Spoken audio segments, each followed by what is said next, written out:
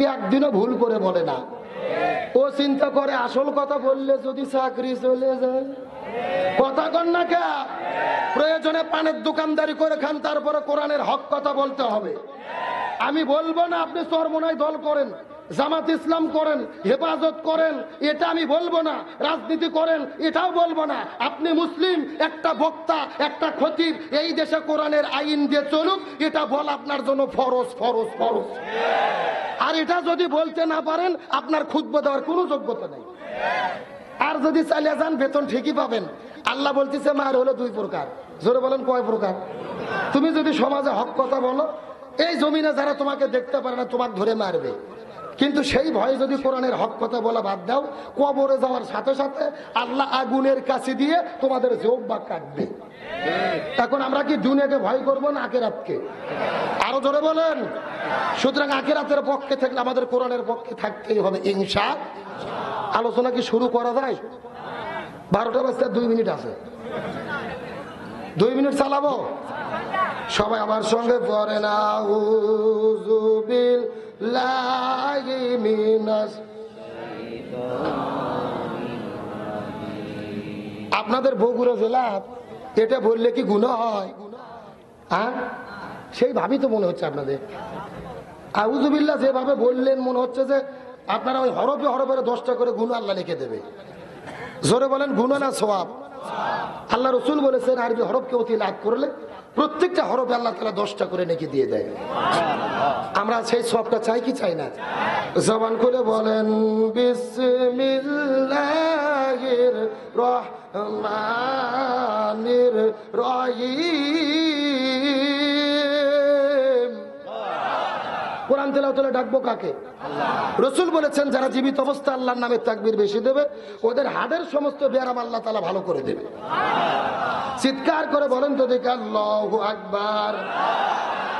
আলিফ লাম মিম। আহাসিবান নাসু আইয়ুতরাকু আইয়াকুলু আমান্না ওয়া হুম লা ইফতানুন। ওয়ালাকাদ ফাতান্নাল্লাযীনা মিন ক্বাবলিহিম ফালায়ালামান্নাল্লাহুল্লাযীনা সাদাকু ওয়ালা ইয়ালামান্নাল কাযিবিন। সূরা আল-কাবুত 20 নম্বর পারার 15 নম্বর পৃষ্ঠার 10 নম্বর লাইন 1 থেকে 3 নম্বর আয়াতে কারিমা। তাফসীর ইবনে কাসির, তাফসীরে কাবির, তাফসীরে কুরতুবী, তাফসীরে মুনির, তাফসীরে মারিফুল কোরআন, তাফসীরে খাজিন, তাফসীরে তাবারি, তাফসীরে ফি জিলালিল কোরআন, তাফসীরে তাফহিমুল কোরআন। এই আয়াতের উপর ভিত্তি করে 1 নয় 2 নয় অন্তত 10টা তাফসীর গ্রন্থ আমি দেখেছি। এই আয়াতের ভিতরে আল্লাহ তাআলা এত পরিমাণ কথা বলেছেন। এই আয়াতের উপর ভিত্তি করে বর্তমান প্রেক্ষাপটকে মিল করে যদি আলোচনা শুরু করি, আলোচনা চলতে চলতে দিনের পর দিন চলে যাবে, মাসের পরে মাস চলে যাবে, তারপর আলোচনা শেষ হবে না। জোরে বলা যাবে কি মারহাবা? এটা কোরআনের মুজিজা। কোরআনের আলোচনা শুরু হবে কিন্তু শেষ হবে। এটা কার বক্তব্য? আরো জোরে বলেন। আল্লাহ রাব্বুল আলামিন বলেন ওয়ালাউ আন্না মা ফিল আরদি মিন শাজারাতিন আকলামুন ওয়াল বাহরু ইয়ামুদ্দুহু মিন বাদিহি সাবআতু আবহুরিন মা নাফিদাত কালিমাতুল্লাহ ইন্নাল্লাহ আজিজুন হাকীম। সূরা লোকমান 21 নম্বর পারার 12 নম্বর পৃষ্ঠার 13 নম্বর লাইন 27 নম্বর আয়াতে কারিমা। তাফসীর ইবনে কাসির থেকে বলতেছি, আল্লাহ রাব্বুল আলামিন বলে, ও পৃথিবীর মানুষেরা ভালো করে বোঝার চেষ্টা করো, আমি তোমাদেরকে যে কোরআন দান করেছি, এই কোরআনের যদি তোমরা একটা শব্দের ব্যাখ্যা করতে চাও, চিৎকার করে বলেন তো দেখি কয়টা শব্দ? একটা। আরো জোরে? একটা। জোর হলো না? আল্লাহ রাব্বুল আলামিন চ্যালেঞ্জ করে বলেন, আমি তোমাদেরকে যে কোরআন দান করেছি, এই কোরআনের যদি তোমরা একটা শব্দের ব্যাখ্যা করতে চাও, আর একটা শব্দের ব্যাখ্যা করার জন্য আমি আল্লাহ তাআলা গোটা পৃথিবীতে যত বৃক্ষ সৃষ্টি করেছি, মিন শাজারাতিন আকলামুন, সমস্ত বৃক্ষগুলিকে কেটে কেটে যদি তোমরা কলম বানাও, ওয়াল বাহরু ইয়ামুদ্দুহু, আর সমুদ্রের পানিগুলোকে যদি তোমরা কালি বানিয়ে নাও, তামাম পৃথিবীর বৃক্ষ, কলম আর 7 সমুদ্রের পানিকে একত্রিত করে যদি তোমরা লেখা শুরু করো, আল্লাহ তাআলা চ্যালেঞ্জ করে বলেন, লিখতে লিখতে তামাম পৃথিবীর বৃক্ষ কলম ফুরে যাবে, 7 সমুদ্রের পানি কালিও ফুরে যাবে, তারপর কোরআনের একটা শব্দের ব্যাখ্যা লিখে কখনোই শেষ করা যাবে না। চিৎকার করে বলেন আল্লাহু আকবার। তামাম পৃথিবীর বৃক্ষকে কলম বানিয়ে 7 সমুদ্রের পানিকে কালি বানিয়ে লিখলেও কোরআনের একটা শব্দের ব্যাখ্যা লিখে শেষ করা যাবে। আমি সে কোরআন থেকে 3টা আয়াতে কারিমা তেলাওয়াত করেছি। সর্বোচ্চ 25 থেকে 30 মিনিট আলোচনা হবে। আলোচনা করে কি শেষ করা সম্ভব হবে? যদিও সম্ভব নয়, তারপর আয়াতের উপর ভিত্তি করে বর্তমান প্রেক্ষাপটকে মিল করে যতটুকু আলোচনা, জানা শোনা এবং আমল করা অতীব জরুরি, ততটুকু আলোচনা এই গুনাহগারের মুখ থেকে যেন আল্লাহ তাআলা বের করে দেয়। সকলে পড়ি আমিন। আরো জোরে বলেন আমিন। তার আগে আমি আপনাদেরকে একটা কথা জিজ্ঞেস করতে চাই, আমার কথা বুঝতে কি কোনো সমস্যা হচ্ছে? কোনো কষ্ট হচ্ছে? বাংলাদেশের কিন্তু কিছু কিছু জেলা আছে যেই জেলার ভাষাগুলো বোঝা যায় না। আমি গত 4 বছর আগে নুরুজ্জামান ভাই মাহফিলে গিয়েছি সিলেট বিভাগের হবিগঞ্জ জেলা। জোরে বলেন কোন জেলা? হবিগঞ্জ জেলা। যাওয়ার পরে এইরকম একটা চাচা, এটা কিন্তু আমার চাচা না, আমার শ্বশুর আব্বা। কথা কি বুঝেছেন? আমার একেবারে আপন নিজের শ্বশুর, একটাই শ্বশুর, আর নেই। শেরপুর ভাষা শুনেছে, মাঝিরা মাহফিল চলে এসেছে। আল্লাহ ওনাকে হায়াতে তাইবা দান করুক, বলেন আমিন। তার কারণ ওনার কোনো ছেলে নাই, 3 মেয়ে। জোরে বলেন কয় মেয়ে? কোনো টেনশন নাই, যা করবি কামাই, খাবি সব জামাই। আমি আবার ছোট জামাই, উনি এসেছেন একজনের সঙ্গে, আল্লাহ ওকে কবুল করুক, বলেন আমিন। তাহলে বলতে চাচ্ছিলাম, এইরকম একজন বৃদ্ধ মানুষ আমার কাছে কিছু খাবার নিয়ে আসে, বলতেছে, হুজুর আপনি কেতা খাইতা? এগু খাইতা না ওগু খাইতা? সাদা গু খাইতা না কালা গু খাইতা? শুকনা গু খাইতা না ভিজে গু খাইতা? আমি চিন্তা করলাম, কি আরে আমি কি ঢাকা থেকে গু খাওয়ার জন্য আসলাম? আমি বললাম, আমি গু খাইতাম না, তোদের গু তোরাই খাগা।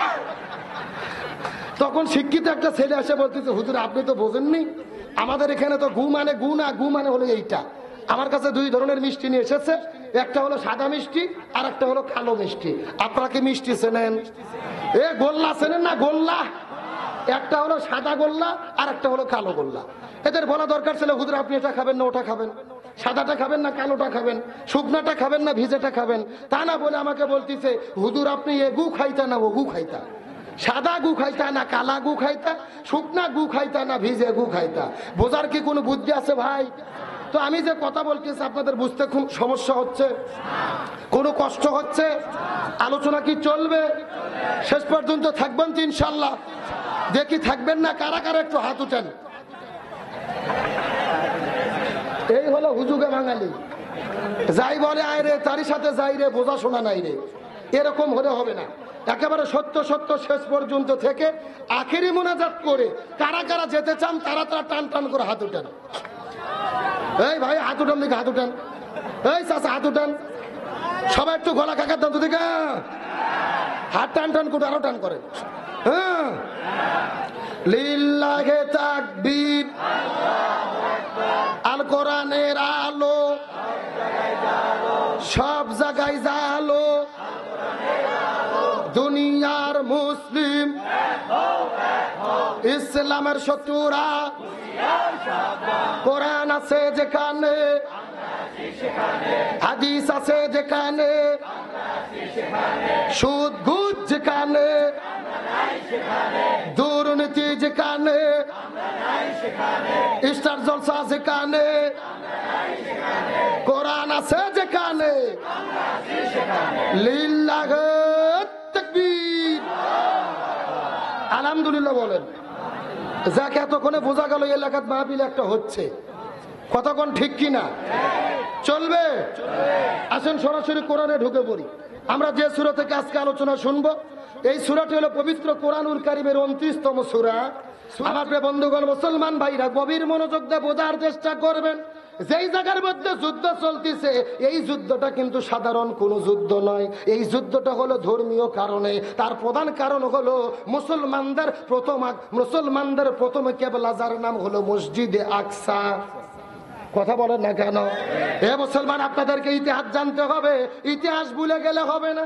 এই মসজিদ আকসাটার আল্লাহ এত গুরুত্ব দিয়েছে, এই মসজিদ আকসার আল্লাহ এত গুরুত্ব দিয়েছে। এই মসজিদে আকসা কোরআন হাদিস থেকে গবেষণা করে পাওয়া যায়, এই মসজিদ আকসার ভেতরে আল্লাহ 7টা গুরুত্ব দিয়েছে, যেই 7টা গুরুত্ব ফজিলত অন্য কোন মসজিদের ভেতরে নাই। কথাগুলো সুন্দর করে বোঝার চেষ্টা করবেন। পবিত্র কোরআনুল কারীমের ভেতরে আল্লাহ তাআলা মাত্র 2টা মসজিদের কথা বলেছে। জোরে বলেন কয়টা? আরো জোরে বলেন।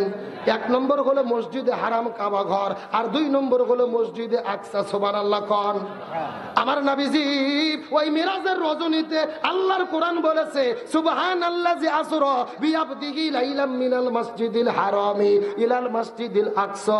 আমার নবীজিকে আল্লাহ তাআলা ওই মসজিদে হারাম থেকে মিরাজের রজনীতে আগে বাইতুল মাকদাসের মধ্যে নিয়ে গেছে। ওই বাইতুল মাকদাসের মধ্যে নবী যাওয়ার পরে এই পৃথিবীতে যত নবী রাসূল আল্লাহ তাআলা প্রেরণ করেছে, সব নবী রাসূলকে এই মসজিদ আকসার মধ্যে একত্রিত করেছে। আমার নবীজির ইমামতিত্বে 2 রাকাত নামাজ আমার নবী পড়াইছে।